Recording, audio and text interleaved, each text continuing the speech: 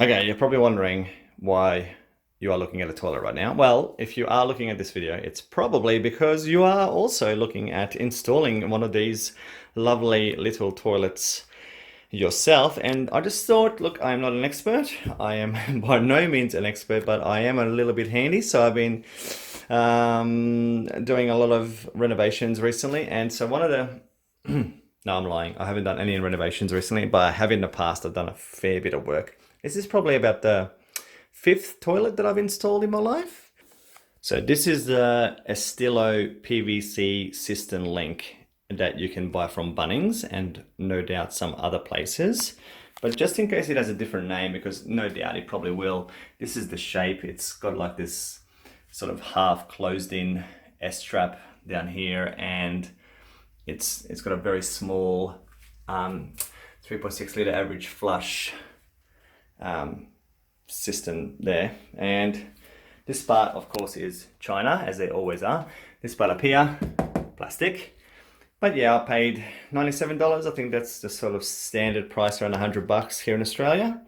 And I've just installed it. So while it's fresh in my mind, I'm going to give you a little bit of tips and tricks, I suppose, for installing this, and just some things to be wary of if you are going to attempt to do it. So, number one, I'm going to start with the most obvious thing, and that is that this is a cheap toilet. And what that means is that all the things that come with it are also cheap, and I've learned that the hard way. So, just to quickly show you down the back here, you've got, that's where the screw is, right underneath here. Right there's your screws. There's only two at the back. That's what holds your toilet to the floor. Had to silicone underneath all around.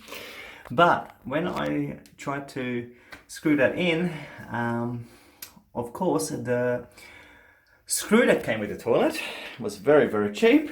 And of course, it snapped. So my drill easily snapped the very poor quality screw that came with this suite. Definitely start with a drill if you'd like, get most of it in, but when you're getting towards the end, just swap over to a screwdriver and just do it with your hand, because that way you're kind of guaranteeing less chance of that snapping. Or just don't use those screws, go and get some other ones, ones that you know are going to be much better quality. Okay, so the screws were pretty poor.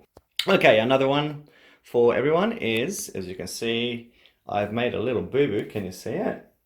Like I consider it a boo-boo, and that is that this cover section here is not in line with the top of the toilet. I'm imagining that this part here is supposed to be like right up here and around there, and it would be nice and neat, but it is not. So yeah, I definitely would just maybe play around with the height. And I'm going to leave it like this now because I'm just glad that after that screw problem, I'm just glad that it's up. But later on, I will definitely probably move that down.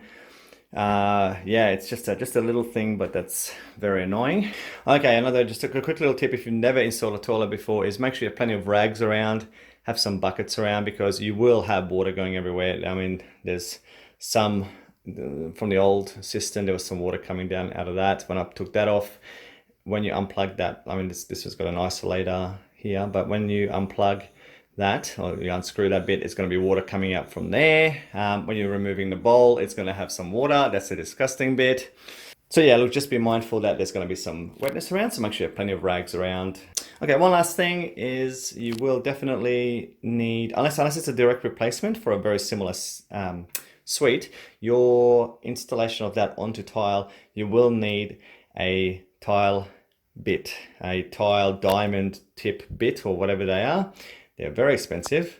Well, for what you get, I mean, you're getting a piece of steel. I suppose it is very strong, but it was $16 for one piece. So, okay, my little tip for that drill bit is get a bigger one than you think. Okay, it doesn't have to be tight, because as you screw the screw into the plastic lug or whatever it's called, it's going to expand and fill the hole anyway. And if it's not, if you need to, you can always sort of fill it in with some matchsticks and bits and pieces if you really have made it too big. But you definitely try to aim for the slightly larger size. I've had a bit of problem with mine. I've had to sort of do a little bit of work around to get it to fit, and that's because the piece that I bought was just not big enough, okay, for the plastic lug. So I've had to compromise a little bit, but yeah. So make sure you're getting a slightly larger one rather than a smaller one, okay? So if you've got a choice to make between two sizes, get the bigger one. This is completely unused, completely new. It does have soft closing, very soft closing lids because they're new. There you go. Look at that. You can do it. Go on. My wife assures me that that's going to start going faster very quickly. Yeah, okay, so anyway, soft closing, really soft closing toilets. Toilet lid. That's where the water level is, if you're wondering. So just sort of, I don't know, we'll see how much splashback we get out of that. Okay, enough about that. But yeah, so that's it. Dual flush. Buttons are so the buttons are a little bit flimsy, but they're not bad. I've seen much worse. Okay, so considering this is the cheapest toilet you can buy at Bunnings, that is definitely quite reasonable, and it flushes really well. All right, I'll just quickly show you the flush. It's a half flush.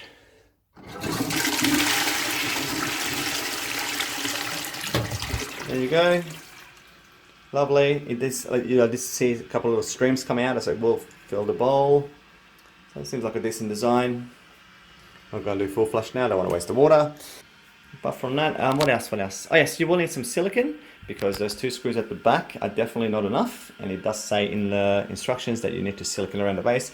The lip on these ones is very thin, so you will need a thin tip on your silicone gun so that you can just run a bit of silicone around. Again, make sure you've got plenty of rags around to wipe it up, and maybe even some terps just to finish it off nice and neat. Look, and that's about it, guys. I'm not going to do any follow-up videos for this toilet because that's a bit, I don't know. Unless something goes drastically wrong or something I really think you need to know about, I'm just going to leave it there.